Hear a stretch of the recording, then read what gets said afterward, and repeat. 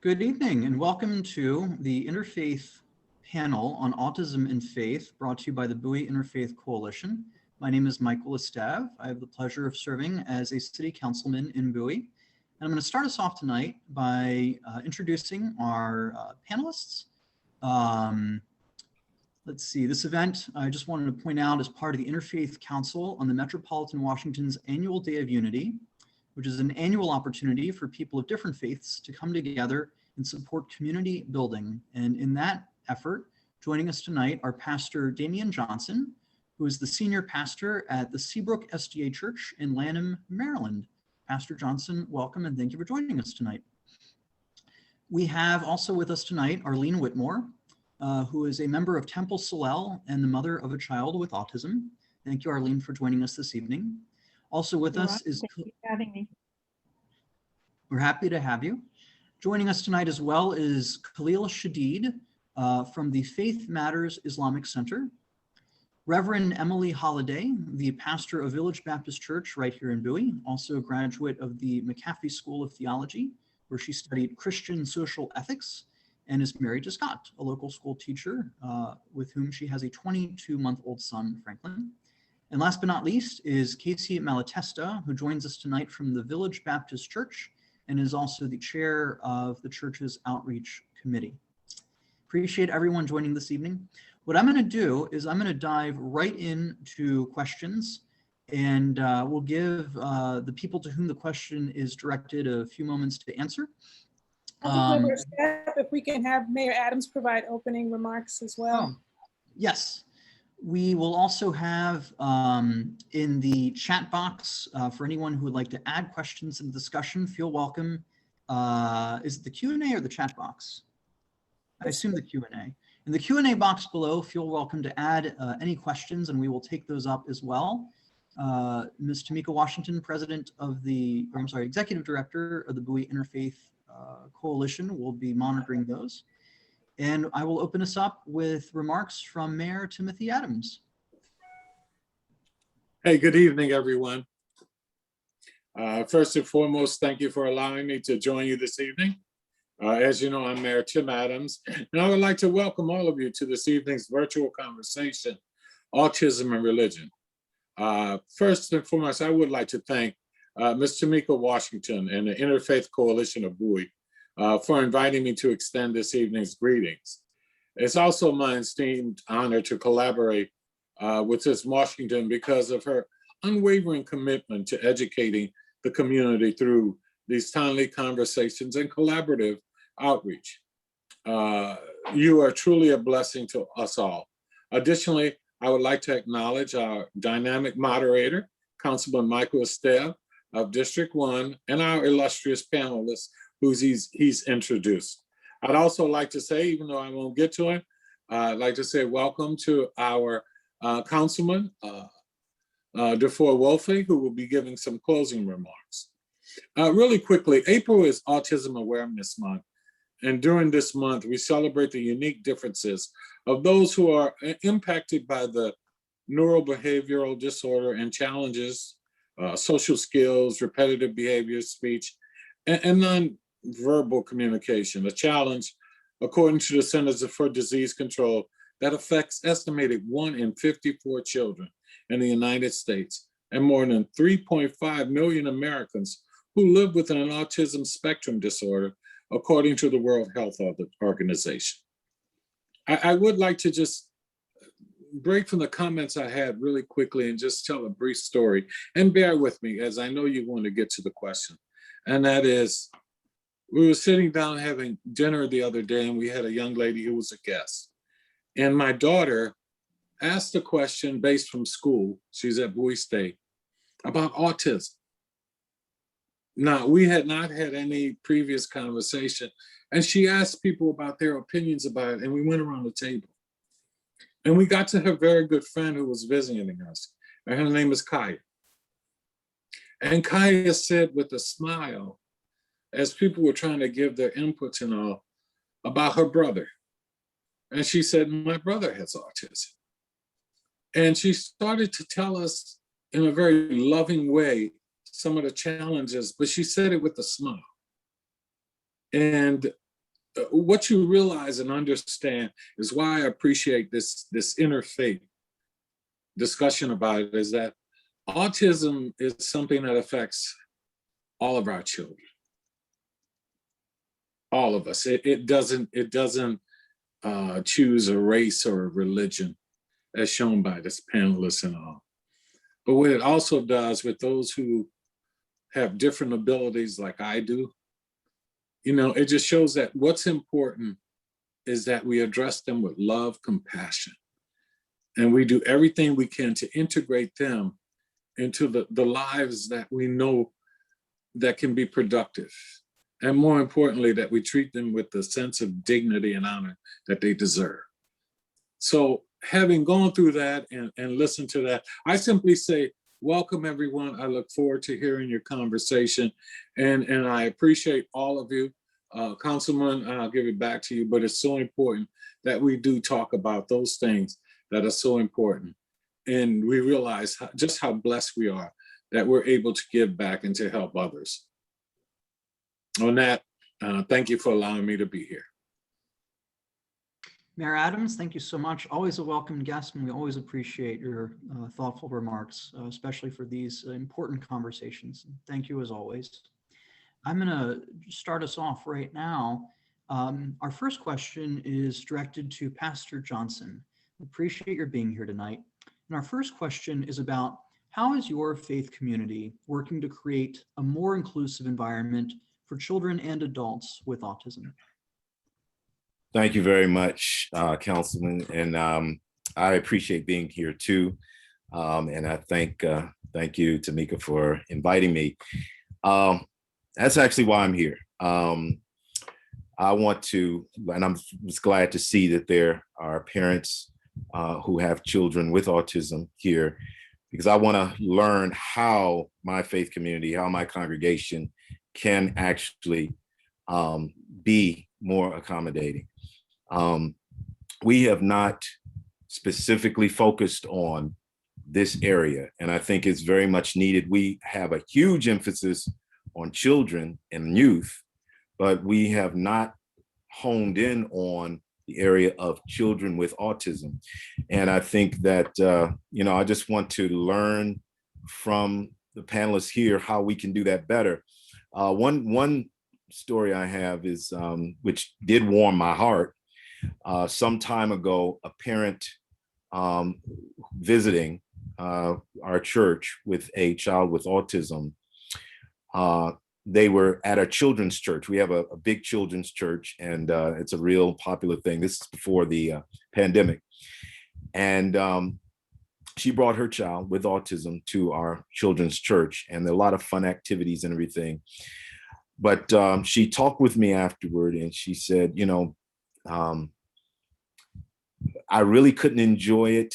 I don't think my son got a lot out of it, because I don't think, he was all over the place. There was really no place to go where he could just, be free or what have you. But there was a sister at the church, one of the staff members, who, I don't know if she's been trained or what have you, but she was very patient, very loving. And she just took us, in her, arms, so to speak, and just allowed us to, to be, where we are. And she said, I just felt so comfortable, and I felt like my son was just, just in his element, and he was fine, so that warmed my heart. Yet at the same time, I recognize that we need to really consciously and intentionally make sure that our worship services, both children and adult worship services, are accommodating for families who have children or adults with autism. So that's what I'm hoping to gain tonight. Well, thank you so much for that, Pastor Johnson. And I really appreciate the spirit of openness and listening.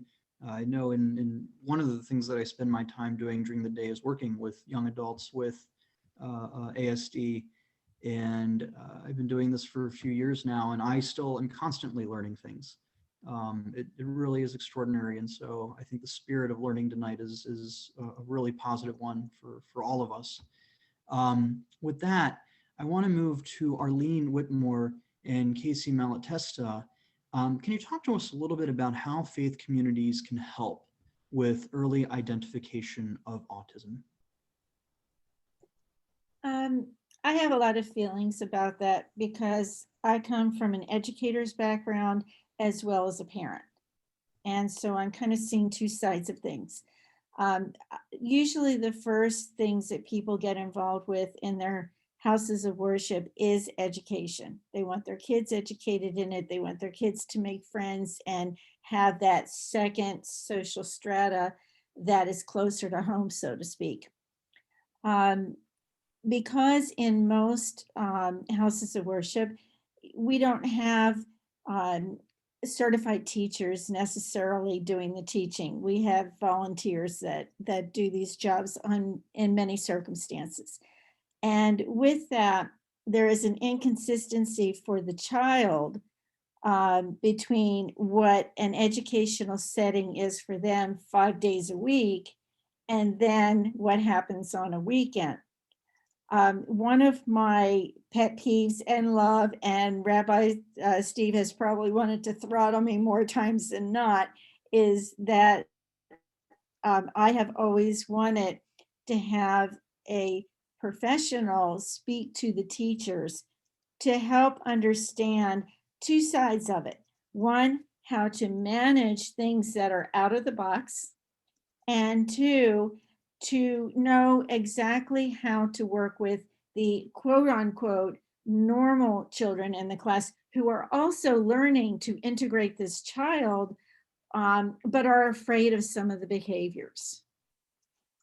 And so that seems to me to be the biggest struggle. Once that happens, then bringing the child into celebrations and things that we do as a community in our houses of worship seem to go a lot better. So I would say that we have to look at that. And of course, I've been very fortunate to have that background. Not only with my own son, but children that came through the temple who have different levels of autism. I felt that I was actually, I know this sounds terrible to say, but I felt I was the best qualified to work with the child on a full spectrum. I understood when meltdown was happening. I understood the signs of their discomfort. And I also understood the signs of the other kids reacting to it. And so that was always a big challenge, but it works. It works when we can educate everybody around us on how to do that. So I really appreciate that answer, Arlene. And Arlene or Casey, feel welcome to take this up either way. Why don't we pause for a moment and talk a little bit about descriptively, what we mean when we're talking about autism. What does it tend to look like outwardly? What does it tend to be like to experience? Let's define that one a little bit. That's an interesting question. I have a 21-year-old son with autism. And, if you've met one person with autism, you've met one person with autism. So everybody with autism, every kid, every person, every adult with autism, it looks different. But some of the behaviors and things that, that you may notice are, maybe delayed speech, some social awkwardness, having difficulty relating to their peers. They may have some inappropriate behaviors. They may do something we call stimming. So they may flap their hands, or they may, have sort of repetitive movements that some people find uncomfortable. And having well-trained Sunday school teachers is just huge. And like Arlene was saying, well-trained teachers is just paramount in working with these kids. We've been so blessed at Village that we have Sunday school teachers who are teachers who have children on the spectrum. And it really makes a huge difference. I'll share with you a quick story. My son, he had the same Sunday school teacher from preschool all the way through high school. And that was huge, very, very helpful for him. She actually has a son on the spectrum. And when he was about 10, he had been diagnosed with ADHD, but when he was about 10, he said to me, or she said to me, are you sure this is just ADHD, or you think maybe something else is going on here? He absolutely refused to eat from the pink spoon. Wouldn't do it. Would not do it. Would not eat the pudding from the pink spoon. Wasn't gonna happen, no matter what. And he would have loved it if you'd have given him a white spoon or a black spoon or some other spoon. He wasn't eating from that pink spoon. So,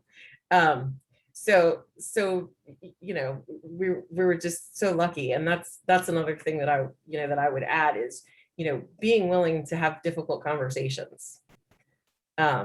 It's not easy to do, but in identifying, early identification, it's important, and it's not something everybody is comfortable with. I'm a social worker. I'm comfortable with those kinds of conversations, but not everybody is. So that's another way that can be helpful. Very much so. You touched on the idea of the odd behaviors and things like that. One of the physiologies of people on the spectrum is the imbalance between right brain and left brain functioning. So in most cases with autism, the social emotional side is very immature, but the intellectual side can be off the charts. In my case with my son, he tested in 4th grade with an extremely high IQ, and they looked at me like, we don't know, we don't understand anything here. But when I did the professional workup, that's what we came to, is that, he was just highly intelligent, way above his age level, but socially he couldn't look anybody in the eye. They thought it was a behavioral thing, a disrespect.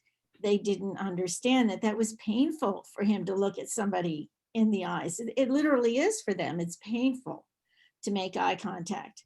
I had it a little easier because he had a twin sister. So the interaction of the two of them helped that.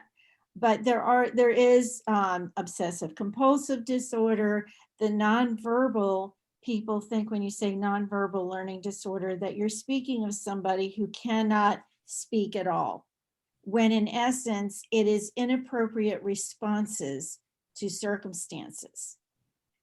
So they're often left field with that. Well, if you take a child with autism and you put him in a group of kids and all the kids are discussing, oh, I don't know, SpongeBob, and they come up with something off of that topic, kids are not sure how to react to that. And when they go into adult life, the same thing happens. A lot of times people look at them as being less intelligent, which is, again, very difficult for them.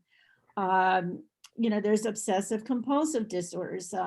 We've gone through things like picking at his fingers until he bled, or just other things. It's not always the rocking and the hand flapping which tip people off. They see that, they understand that, but it's little things. It's just little things. I noticed with the autistic children that I've worked with, especially when they start getting around that 5th grade age, middle school and then into high school, they don't understand why certain verbiage is inappropriate on a sexual level. They don't make that differentiation at all. And so when we're helping them, the first thing we have to do when these things come up is try to keep the situation calm, because they are much more sensitive to our excitability than we would think. And they know they're different. They feel that. They just don't know what to do about it. And so I have found that comedy is the first thing. Taking them aside sometimes or giving them a quiet place that they can retreat to does help. And I've actually, as teachers in the religious school setting, because they're small classrooms, let them get up and walk around, or let them, go out of the classroom for a few minutes. Have somebody walk with them and walk around the building for, 5 minutes. And it makes a huge difference. And they just get overwhelmed. They get overstimulated by it all. And that still is happening at 29, I'm sorry to say. So It's not real coping quick, skill yet. before we slide back into the kind of religious topic, I just very briefly want to ask you very quickly about terminology. So what are kind of the best practices, ways to refer to autism and to people who are on the autism spectrum? Real quick. I had this conversation with my son, and he said, I don't really care what you call me. I mean, the autism community, I think right now, it changes. Right now, most people who are autistic prefer, I think, to be called autistic, but some may be preferred to be called a person with autism. Just like with anything else, you just need to ask the person, what your preference is. My son was originally diagnosed with Asperger's and had a really, really tough time with being called autistic when the Diagnostic Statistical Manual changed to kind of get rid of the Asperger's term, and now everything falls under this autism umbrella. But he's finally accepted it, and so he says, I'm autistic, whatever, So I think it just depends on the person. My son was like that. Honestly, he hates that word. He hates the label. See? He does not want to be anything that differentiates himself from everyone else. Yep. Yeah, so it definitely just depends on the person. To Exactly. respect the individual, in general terms, we're talking about autism and either people with autism or people on the autism spectrum. Does that sound about right? Or people who are autistic. Just wanted to clarify our technical points before we moved in. Yep. Thank you so much. I really appreciate that. Diving back into religion, this next question is directed towards Mr. Khalil Shadid. What can faith communities be doing to remove barriers for families who may have different needs in order that they can better attend services? And are there any things that your faith community is doing that would be helpful to share?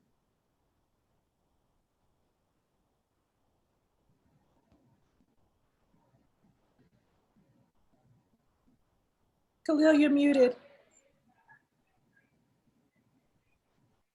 This is a learning experience for me. And Tamika was so kind to invite me. We worked together at the Bowie Council, and it's a great pleasure getting to know her. And I can tell you that I think that I have been attending Islamic services all my life. And this is the first time that I had to actually find out what the Muslim community was doing with this particular special need. And I can tell you that there is an increasing need across the country to find solutions for families that are dealing with this issue. I can say that of all the years that I've been going to masjids, I don't think that I've actually identified or could say that I have identified someone with autism. And I'm sure that they may have been all around me, but I didn't have the skill to identify it. Now, that is one of the things that I learned, that there were systems of how to identify it. And thank you for the opportunity of looking into our health, actually counseling our health professionals in our community to know that there are methods in which to identify this particular disorder. But I can say that when you say the Muslim community, you're talking about, in this region only, about 60 different religious institutions, all of which have no real connection with each other than they call themselves Islamic institutions. That is good in some respects, and it's a challenge in others. One of the things that I find interesting is that each one of them have a different approach to how they are dealing with it. In some masjids, there are a huge amount of health professionals. There is room and space and resources to make available to people with special needs. And those resources are being used that way. In other communities, you're meeting in a room that can house 100 people, and there are people basically, Islam is going through kind of a revolution here in the States. It is growing fast, very fast here. I don't even know how we can even keep up with it. In 50 years, it's going to be quite a challenge. But this is one of the things that I found interesting about this autism, is that families, particularly from the Middle East, adopt a huge sense of shame for a member of their family to have any kind of disease, particularly something that's obvious. That is a problem to get over, and it challenges the entire community to help with that. What I also realized that parents also have a huge amount of stress that need to be addressed. This is something that we have to kind of take the parents aside and talk to them directly about what they need to deal with their family's needs. So this is where I am. I'm here primarily as a student because this is a growing issue, and we're finding health professionals every day doing cinema, not every day, but very more often than I've seen in the last 60 years I've been part of the community. They are increasing courses and classes that where one can learn more about autism and how to identify it and how to use tools for screening purposes. So that's where I am, and I appreciate the invitation, Tamika, and I have my notepad out here. I already got a whole page full of notes. So thank you so much for doing what you do. Thank you so much for that answer. One of the things I'm hearing a lot of our faith leaders kind of say tonight is that they're here to learn as much as anything else. And so I want to jump ahead a little bit because this is something that Mr. Shadid brought up that's related to something we want to discuss later on in our call. Pastor Johnson, I want to direct this towards you. Oftentimes families will deal with a struggle that is perhaps medical, perhaps just biological, but will sometimes look for a theological explanation for it.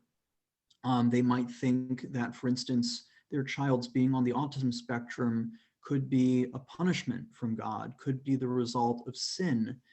Do you encounter that? Not necessarily even just with autism, and how do you confront that? You know, what are some of the things that you do to address those kinds of concerns? Yeah. Oh, yes. I have been confronted with that, and on this particular topic, actually, it's one that makes me nervous because it borders on the why question. But you know, my first response is absolutely not. God is not punishing you at all. I believe every child is a gift from God, and every child is all. It's a challenge. It can be difficult to raise any child. First of all, parenting is a difficult thing, you know. But when you're a parent of a child who has autism, obviously there are more needs that you are responding to and that you have to deal with and to address. But nevertheless, God entrusted you with that child, and that means that God knows, hopefully, that you are the person that can love this child and that can bless this child, and that this child can be a blessing too. And so God in no way is punishing you or the child, but God knows that this child needs a place of love. This child needs a place, a home where he or she can be loved and accepted. And that's why this child is with you. That's why this child's with you, because you're going to love him or her unconditionally as God loves us. And that's really basically my response when I come across that question, without trying to go into the whys, which is beyond all of us. Yeah. And I'm sure as a pastor and as many religious leaders on this call, I'm sure can relate to getting the why question a lot. Thank you so much for that answer. I'm going to shift a little bit to Pastor Holliday and Casey Malatesta. Oftentimes, different experiences, people with different lived experiences might have different challenges when it comes to interacting with sacred texts.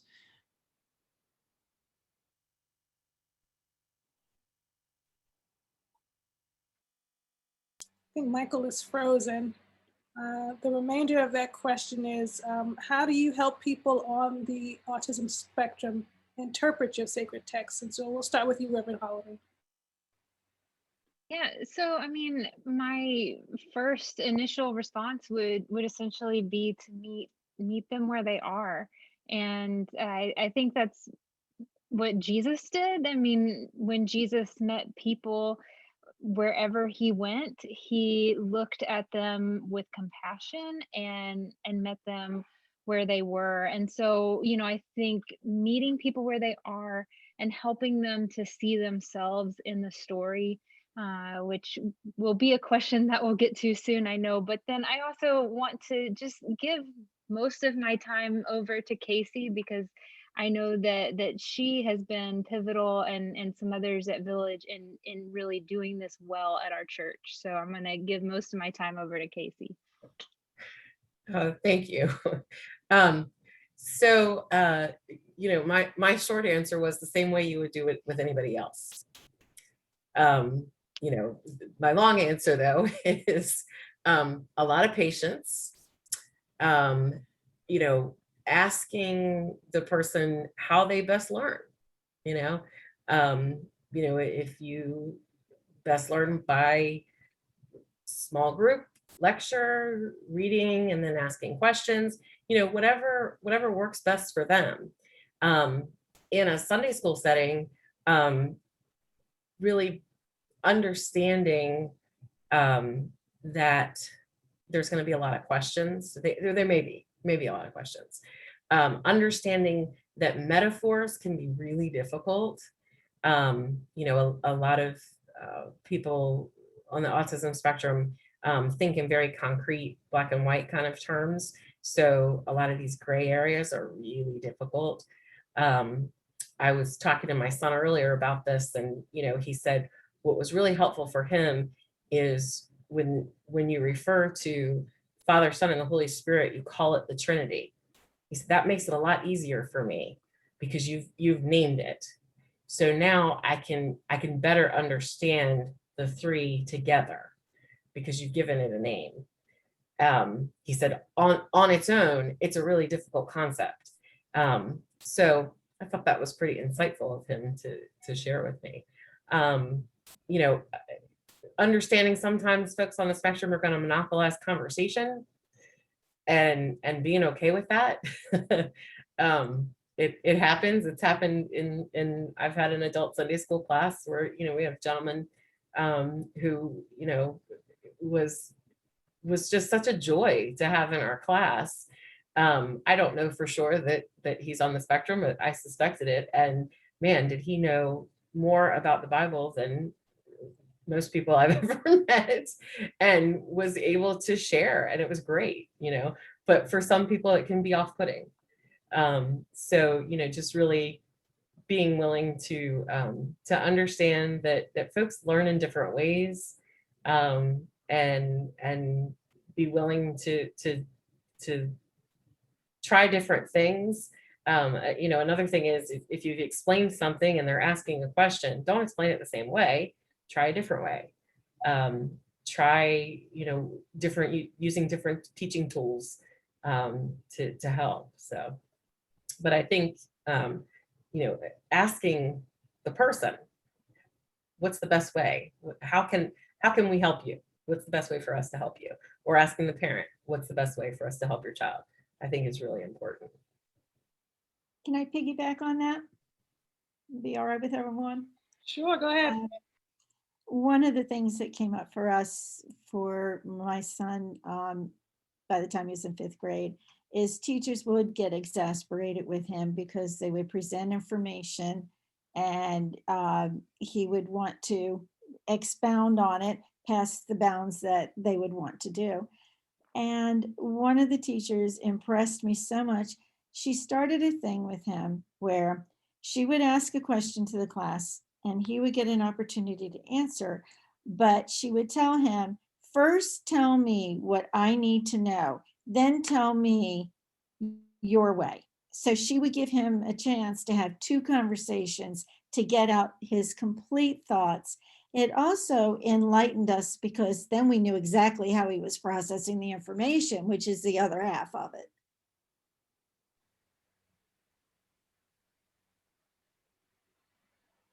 Thank you so much for that.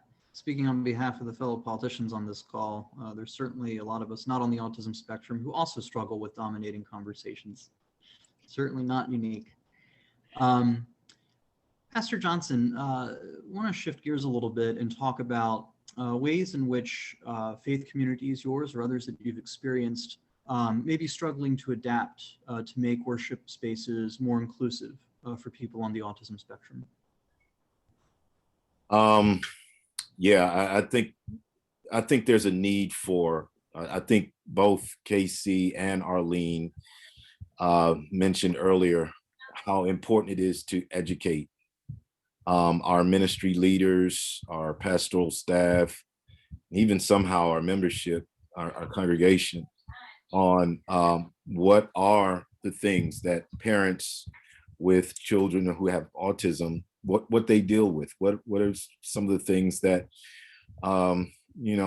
may be a struggle or may be difficult. But I think the need for education, I think that's the biggest thing for our leaders to understand, that our children leaders, youth leaders, very important, very critical that they receive some training to understand and be able to realize that, hey, there are different ways that we can organize the space so that people feel comfortable when they bring their children and even adults with autism also. So I think that's really the first step, because you can have worship service and maybe there's someone there and their behavior doesn't seem to conform to the norm or what have you. Well, how do you respond to that? How do you look at that? I think if we have an educated congregation, an educated leadership, it just makes it makes it better. I do know that the same parent that I spoke of earlier, she suggested, having a space where parents can take their children and not have to fear that they are viewed in a certain way, but they can just be free and they can appreciate whatever they want to appreciate from the worship service. So I think a space, that safe space where families can go, is another thing that ought to be considered in our worship services. But I really appreciated what was said earlier about educating our people, and I think that's one of the first things that we need to do to get on the right track with that. If you don't mind, I just want to add just one little thing to that: a quiet space. One of the things that my son struggles with is loud noise. Never liked going to the movie theater. He mentioned a church that we had gone to one time just to visit. He said it was like going to a rock concert. He said it was like, and it was just horrible. So if your church is dynamic and has loud music, if there's a space where they can still worship and be a part of the service, but maybe, in our church, perhaps, they would sit in the narthex where the sound isn't quite so loud. If there's a place where they can still be part of the service, still worship, still listen, but maybe be a little bit more comfortable in the space, that can be something that can be really, really helpful. And it's pretty easy to do. Thanks for that. I Thank saw you. a lot of positive growth in my circumstances and the kids that I worked with, as well as my own, to find ways to include them in the service. So if they can take a small part, or if they can, do a reading or anything like that, that makes them feel a part of it, it helps to mold their behaviors to be more acceptable as well. So building on that a little bit, Arlene, has Temple Solel had any challenges working on building towards inclusivity around this? And how did you guys work to overcome those? We have, and it's never easy. We had one child that did tend to scream and cry for no apparent reason. It wasn't because they were hurt or in pain or the typical responses that we look for from that behavior. It was attention getting, and it was also a coping mechanism. And so my response to it, even though she wasn't in my classroom at the time and I wasn't responsible for her in any way, was to take this child out of the class, out of the sanctuary, and try to talk her down. And it was interesting because her mother got angry with me for it and felt that she should have stayed in the environment. And I was trying to explain to her that I was trying to give her a break from it to collect herself so that she could be an acceptable part of things.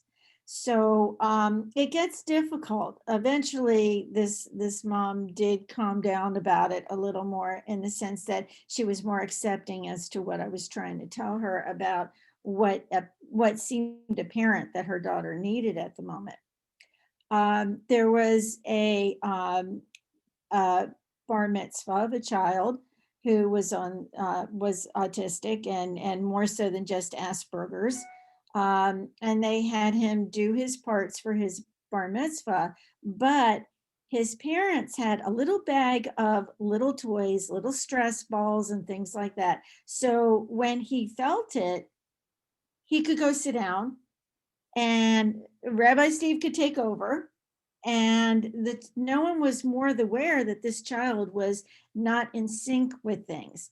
And he had something to help with that stress of doing this public speaking, so to speak. So it's good when we acknowledge where the tolerances are by the time a child gets to that point. And it's also good that they feel a part of things just like everybody else. That no one's saying, let's not have them do much, because that happens a lot. They give them a small part and then they become disinterested. And that was something that I never wanted my child to go through as well, to feel like he couldn't. So he sang in the choir, the children's choir, and he participated in all the children's services for his class. And that made a huge difference. Also in public school, his behaviors were better. So it's a good thing to do if you can do it. So sort of building off of that theme, one parent writes in asking, what is the best way to handle it when a child or an adult is struggling with transitioning from one activity to another or from one part of the service to another? Are there any best practices around that? In my experience and what I was trained for is to move them along at their pace. And sometimes it means you have to have a second adult, an assistant, an aide, somebody there that can work with that pace while the other adults or the other leaders are taking the majority of the kids to where they have to be. It's just really important not to take their timing away from them, because it exacerbates it. Yeah, another thing is preparing for changes. Maybe if you're teaching Sunday school, saying, well, we've got about 15 minutes left. And if you're able to, I know it's hard, but saying, we've got about 5 minutes left. And now, giving time to just so that they know that change is coming, making them aware that a transition is going to happen. As far as in a worship service, that would be very difficult, other than, having a printed bulletin so that they can follow along, so that they know what's going to happen next. That I think can be helpful. So building on that a little bit, Casey, what are some other strategies that faith communities could be using to make families and children and adults with autism know and feel truly welcomed in religious spaces? Yeah. At Village, we have a motto: we reserve the right to accept everybody. And I love that, because that's what we do. We are a very welcoming community. People call us a family. I think being open to reaching out to newcomers, letting people know you may have differences, that's okay. We all have differences. Everybody has differences. That's okay. We're here to help. We actually had an incident at Vacation Bible School a few years ago. We had a little boy who was just having some really, really inappropriate behaviors, hitting and, saying things that were really inappropriate. And we could have called the parent, said, come and pick him up and don't bring him back. We could have done that. But instead, thankfully, we had 2 trained teachers who were comfortable with kind of getting him into a safe situation. And then when the parent came to pick the child up, saying to the parent, we'd love for him to stay. We just would prefer if you could stay with him. And if there's anything that you know of that we can do to try to help him, that would be great. And then, later on in that week, the parent actually was talking to my husband and asking him questions. It was great. It was such a, it could have been a really bad experience, but I think it ended up being a great experience for her, because, we showed her, we love you. We love your child. This was not a child who comes to our church regularly. But we just welcomed them and let them know it's okay. We get it. Stuff happens. People are different. Another thing that we do at Village is we have busy bags for kids during church that can be really helpful. It gives them kind of something to do. Trying to, for any kid, sitting for a long period of time can be difficult. When my son was little, we had magnetic tanagrams. I was talking to him about it the other day. He was like, oh, they're great. Something to kind of keep them occupied. Asking parents specifically, how can we help? How can we help? What can we do? Not just assuming that we know the answers, because we don't know all the answers. One of the things that I was thinking about today, and this will be on my list of to do at our church, is providing a sensory space, a safe space. It can be as simple as a little pop-up tent with some pillows and some soft toys, some other kinds of sensory toys, a place to go when it just gets to be too much. Church can be really, really overwhelming, overstimulating, or sometimes just life can be that way. And so, having a safe space, for a child to go and just kind of chill out and maybe they need to throw those pillows around in that thing, whatever it is that they need to do, being able to do that. And they can be really calming, maybe like a weighted blanket, something like that. Being mindful, and I had mentioned this before, being mindful that noise can be a real issue for folks on the spectrum, and just thinking about that when you're planning activities for children, maybe not having something where we're popping balloons, because that would set my son off, and he wouldn't want to go to birthday parties because they'd have balloons and somebody might pop one. So just being willing to reach out to folks and meet them where they are, I think is really important. Those are some really excellent strategies. A lot of them also definitely applicable to neurotypical adults. Mr. Shadid, how has your faith community kind of addressed this inclusivity and outreach for neurodiverse communities?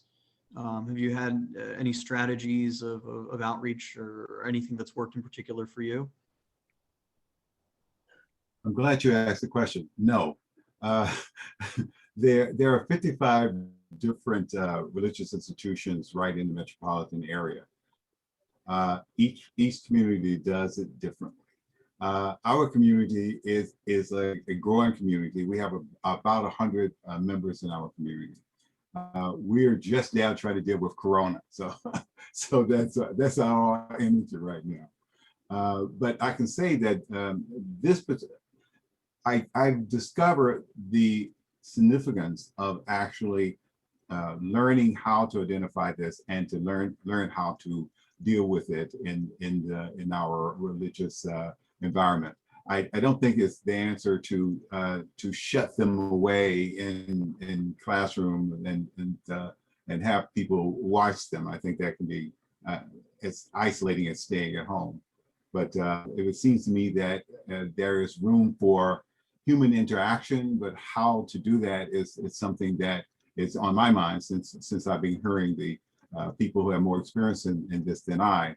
I can only say that most of the messages that are in the area have the resources, have the space, may not know how to invite people and or how to address it on a long-term basis.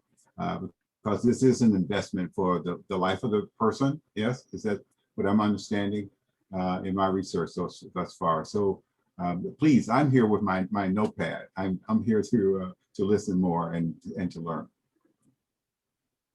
Really excellent. Reverend Holliday, I'm going to come to you for a moment. Talk to me a little bit about sacred text and what Scripture tends to say about inclusivity.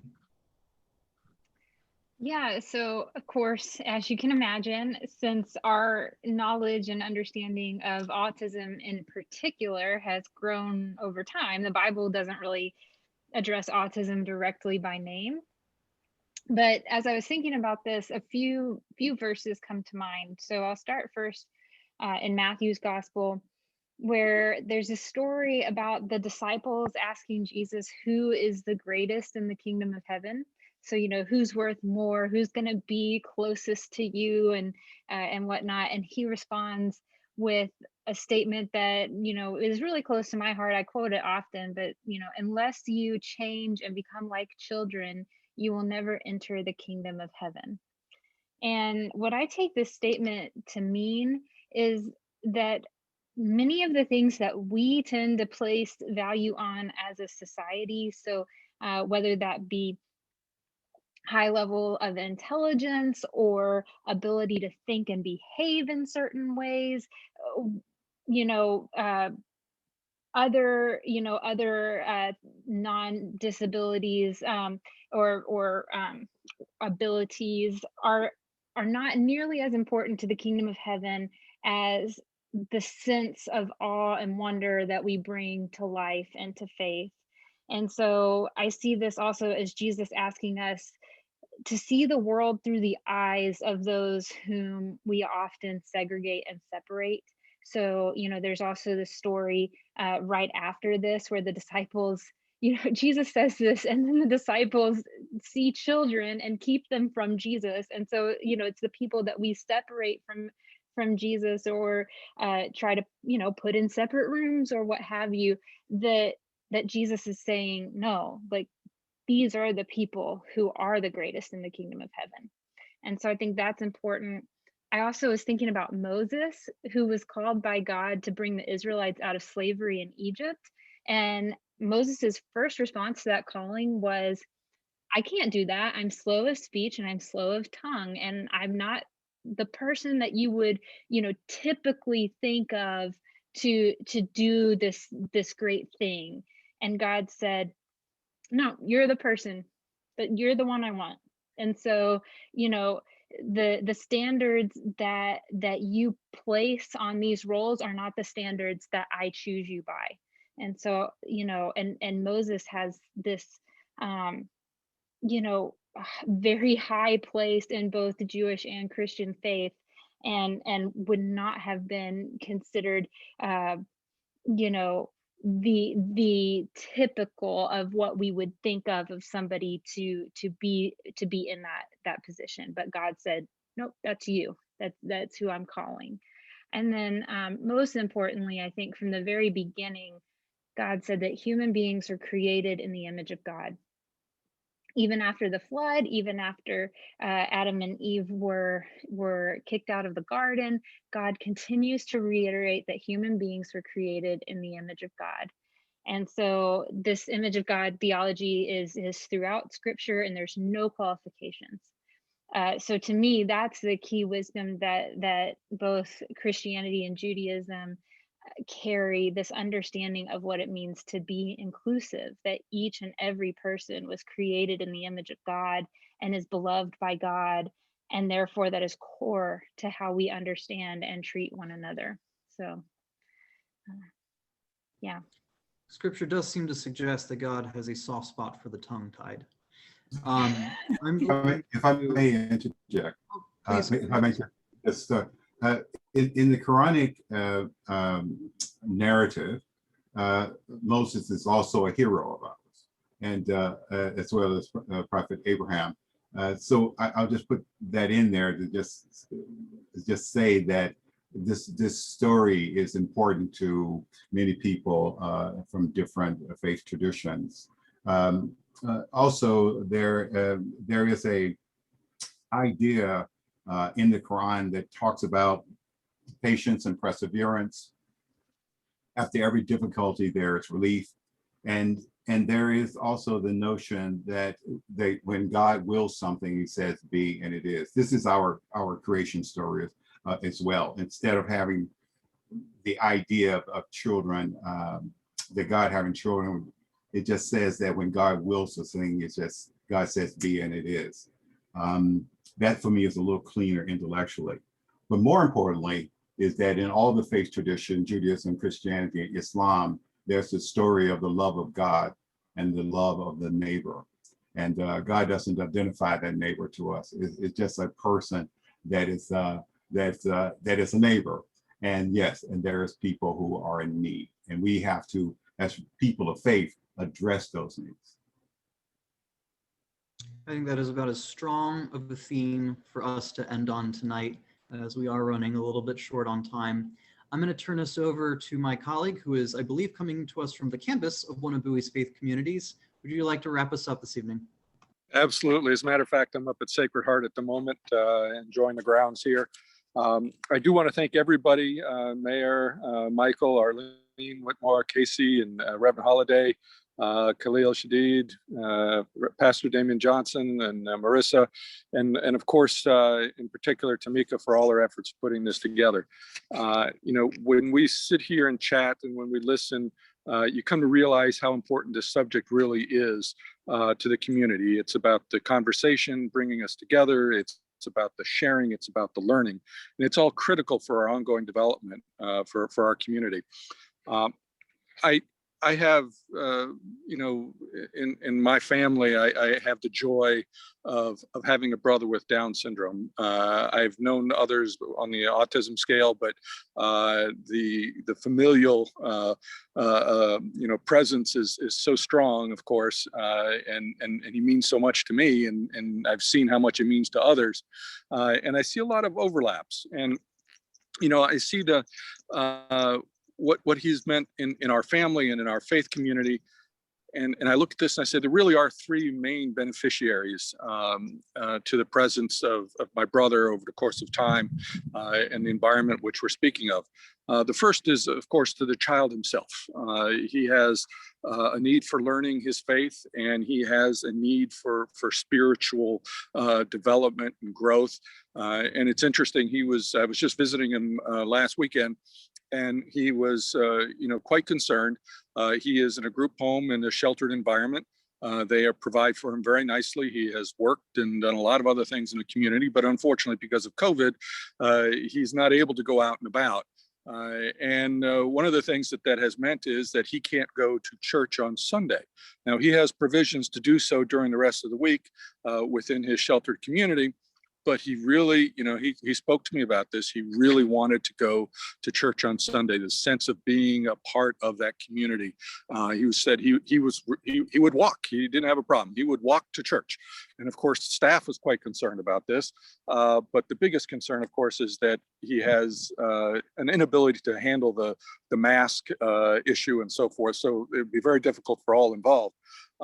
But you can see how important his faith is to him and how important it is to keep him as part of our community. The second is the community itself. The beneficiaries are the beneficiaries to a tremendous degree. People in a faith community who meet someone on the autism scale or someone with Down syndrome has an opportunity to do something they might not normally do, which is to engage. Normally they may shy away, but as a member of the community, they learn, they interact with them, and they themselves become accepting of others in similar circumstances in their day-to-day life. So there's a tremendous benefit I see for the faith community as an opening for spreading an understanding of these children. And then finally, of the family itself, when we're nurturing the families who come in and learning how truly blessed we have been to have had a child of my brother's nature and others with autism. We love our siblings, we love our family members that people might not first understand. You have to truly understand that they are a gift of God, they are a child of God, and these are the things that really benefit. So having this conversation today, I think, is just tremendous. I think it helps in many ways, and I certainly want to thank everybody who participated. And hope that it's of value to everybody in the community. And again, thank you very much, Tamika, for putting it together. Thank you so much, Councilmember Wolfley. Wonderful thoughts. Thank you so much to our entire panel for joining tonight, all of our guests for participating, and a huge thank you to Tamika Washington for putting this on this evening. Mayor Adams, last 30 seconds. I think Councilmember Wolfley just summed it up very well, and I think everyone did. I think the one thing about this is not only do we reinforce how important faith is, but how important it is for us to share our faith with each other. There's so much I've learned tonight, and I mean that sincerely, and just thank you, everyone. And I want to tell you, by the way, Councilman, you did a magnificent job of moderating this, and that's true. And thank you for what you did tonight. Always my pleasure. Look forward to many more conversations. Thank you for joining. A recording of this will be available momentarily, and we appreciate everyone's participation. Have a wonderful night. Good night, everyone. Good night.